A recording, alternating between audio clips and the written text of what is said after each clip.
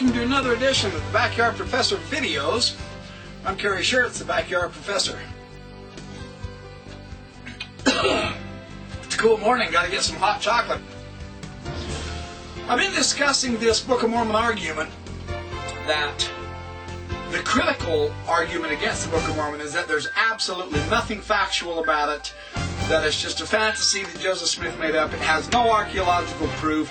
It has no linguistic, cultural, or historical information that supports it being an ancient record.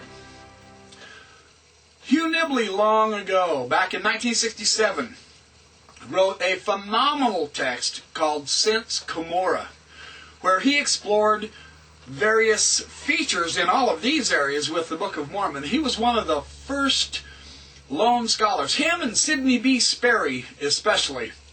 Those two LDS scholars put together and amassed a wealth of information about the Book of Mormon. And I want to share something that I find to be particularly interesting because it is an ongoing phenomenon, even up into our day, and we can still check and cross-check this. As John Twetness, John Welch, several recent LDS scholars have further elaborated about this description in the Book of Mormon, 3 Nephi, chapters 8 and 9, the description of the Book of Mormon earthquake. How does it compare with other descriptions of earthquakes, even in our day? Here's what Nibley had to say about that in his book, Since Cumorah, that I think is fascinating. Chapter 9, it's in the second edition, republished by Farms. I'm on page 231 through 239. This particular copy is 1988. He talks about, since Cumorah, the earth has done a great deal of shaking, and now seismology has become a science. We now understand a little bit better about earthquakes. The step-by-step phenomenon that the Book of Mormon describes as its earthquake, as it records this earthquake, fits remarkably well with many accounts of earthquakes in history. It's a very sober and a factual account of a first-class earthquake. Time to take my trusty hat off. I'm inside now, finally, but boy, it's a cold day here in Idaho this morning. The Book of Mormon says, first there arose a great storm, and also a great and terrible tempest. And this is precisely what happens with earthquakes. The various seismologists and scientists who've been exploring this say they're often accompanied by major rains, major winds, and even tornadoes. Hailstorms, very violent tempests, are the descriptions of the weather phenomenon associated with earthquakes. Some specialists insist that there is some evidence that certain weather conditions may trigger an earthquake. Now, this is interesting.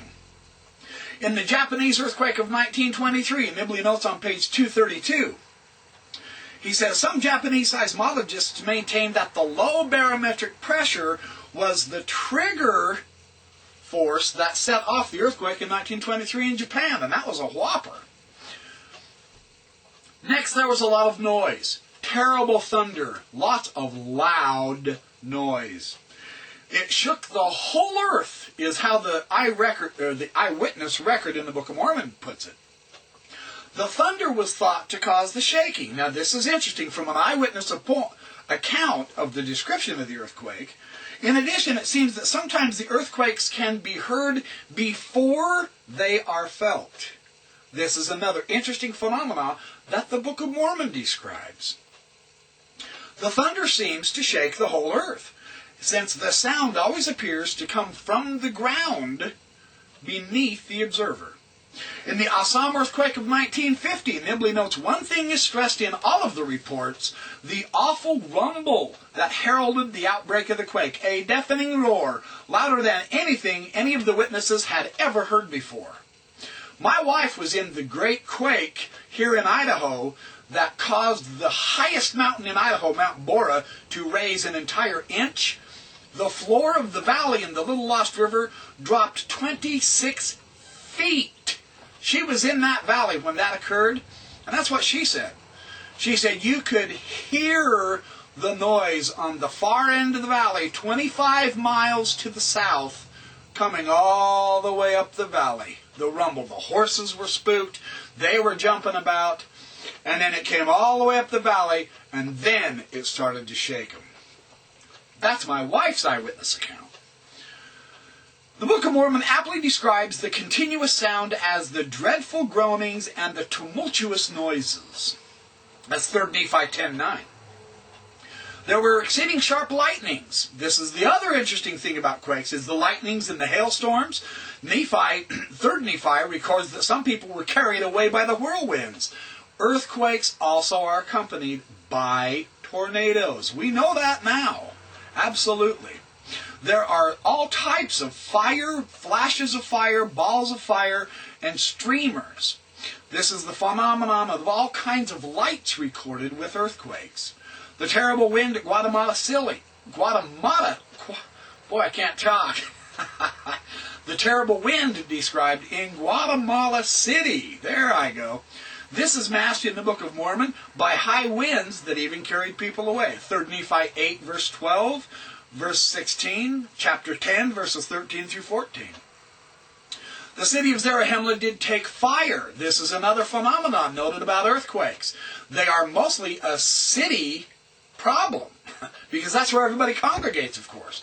And fire, as the cities collapse and fire are spread, that even causes as much, if not more, destruction than the actual earthquake itself. And this the Book of Mormon notes. The city of Moroni did sink in the depths of the sea, we are told. 3 Nephi 8:9. The tsunami, or the sea wave, is the most spectacular and most horrifying aspect of a quake that happens off the coast. We have seen that just a few years back, in 2005, on the islands down there in the South Seas, haven't we? Hundreds of thousands of people lost their lives in that earthquake tsunami that came roaring through. It's a major shakeup of the coast. Then he goes on, I'm going to skip because I'm running out of time. On page 236, in the Nephite catastrophe, some cities entirely escaped destruction, but they weren't at the center of the earthquake activity. The Book of Mormon says they were to the south of it. 3 Nephi 8, 15, and 12. As is well known, Central America lies in the heavy earthquake belt, as well as being both a coastal and volcanic area. This is a perfect setup for the disasters which the Book of Mormon describes so succinctly and so well. The Book of Mormon reports that the happenings as the people experienced them instead of as instruments recorded them. Most earthquake data are of a very human nature and exactly match the account in 3 Nephi 8 and 9. The Book of Mormon description emphasizes the fact that it was not any one particular item in this earthquake, but it was the accumulation of all the various types of disasters, weather problems, human problems, that made the quake such a horrible ordeal. We have then in the Book of Mormon a factual and sober account of a major upheaval that is actually recorded. It's not fantasy and wild imagination that Joseph Smith comes up with in the Book of Mormon. It's actually a description of a very real earthquake in an area that is at the center of one of the heaviest earthquake zones in all the world, Central America. This is yet another reason why I would contend that this argument that the Book of Mormon has nothing in its favor, has no proof whatsoever, that argument is simply false.